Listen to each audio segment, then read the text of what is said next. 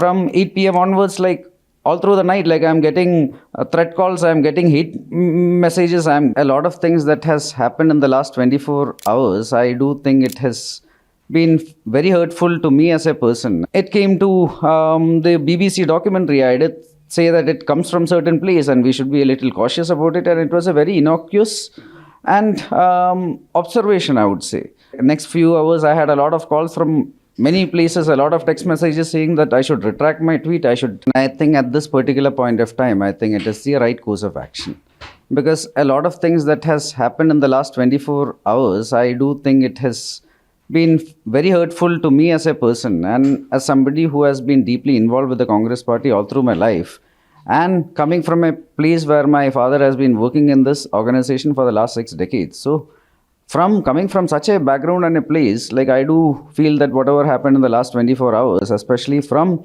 certain corners of the Congress, has not been the best of any responses, and I do think that at this point it is the best course of action. What triggered the most of you, and what is the main reason behind that?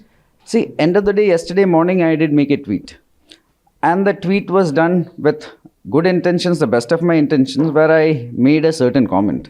And the comment was that I do oppose the BJP also in many things. I have been opposing it all through my life. However, when it comes to certain things, especially what concerns our core national interest, our sovereignty, our security, our strategic interests, any of our core interest, I do think that we shouldn't be playing with fire, because this is compromising a lot of things for which there will be a lot of long-term ramifications. So this is why when it came to the BBC documentary, I did say that it comes from certain place and we should be a little cautious about it, and it was a very innocuous and observation, I would say.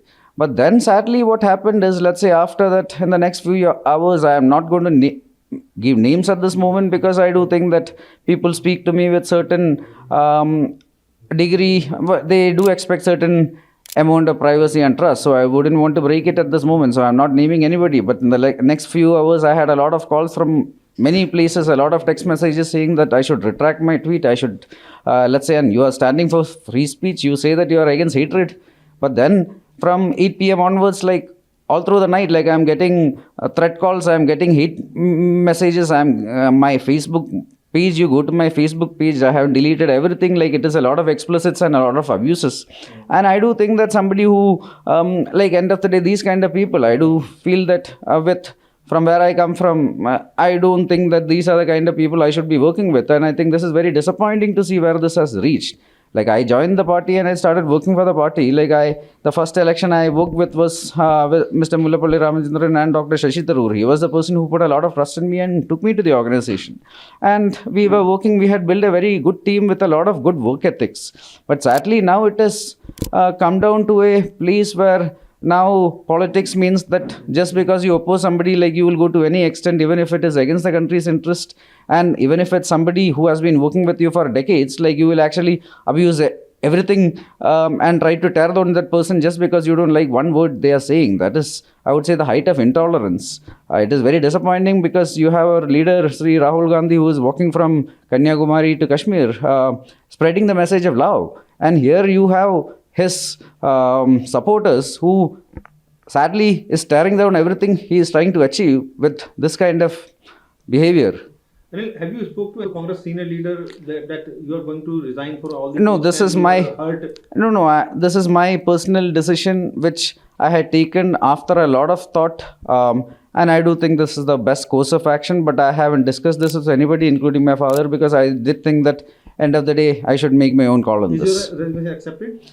I have made the resignation. It is up to the leadership to accept it, but I sincerely hope that they will not keep this hanging and they have to accept it, because end of the day I don't think I'll be it will be in the best of my interest as well as the party's interest to take it, accept it. If Congress senior leaders ask you to please come back, will you? I haven't gone anywhere. Like end of the day, I have resigned from all roles, and I think that it is best that I pursue my professional endeavors at this time. But your heart still remains for the Congress. It is always with the Congress. It has always been that. I'm a born congressman, and I don't think that will change. But at this particular juncture, I don't think that it is in anybody's interest to keep this going, where I don't think that at this current Congress has a space for me. What's your father's reaction on this? I haven't spoken to him on that after that. You haven't informed? No, I haven't. No. Why?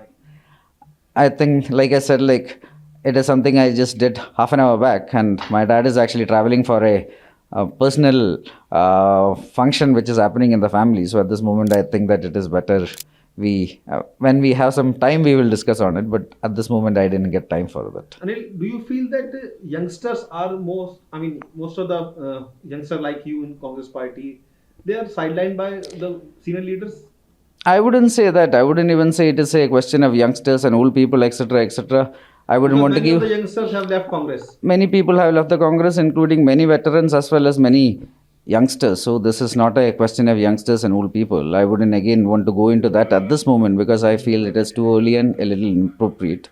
But the last few months, years, we have seen 2 years, we have seen many senior leaders, including former chief ministers, cabinet ministers, even young people, some of the best young talents who have all left, and we need to wonder why that happened. This is the most dangerous thing in Congress party. End of the day, we have to keep everybody together, and I hope that effort comes with time. Rahul Gandhi is putting so much of effort. Yes, he is putting a lot of effort, and that is why I feel for him, because end of the day, if this is the kind of supporters he is having, where he is standing for love, but at the same time the hatred these people spew is actually even worse than the worst in any other party. And let's say you stand for free speech, and at the same time the intolerance they show is actually worse than anybody in anywhere in the political spectrum. So that is what I feel.